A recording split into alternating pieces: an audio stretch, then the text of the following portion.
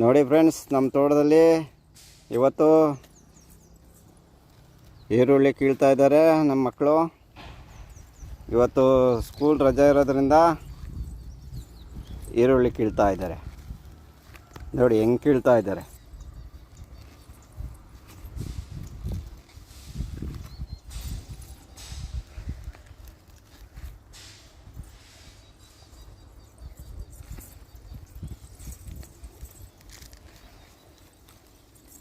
ತೋರಿಸೋ ಈರುಳ್ಳಿ ಅಪ್ಪ.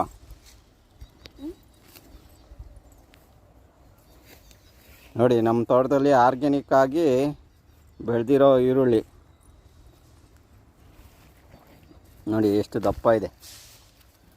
ಪ್ಯೂರ್ ಜೀವಾಮೃತ ಹಾಕಿ ಬೆಳೆದಿರುವ ಈರುಳ್ಳಿ.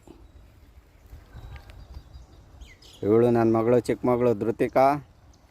ಇವಳು ನನ್ನ ದೊಡ್ಡ ಮಗಳು ಲೀಲಾಂಬಿಕಾ. ಹಾಯ್ ಮಾಡೋ.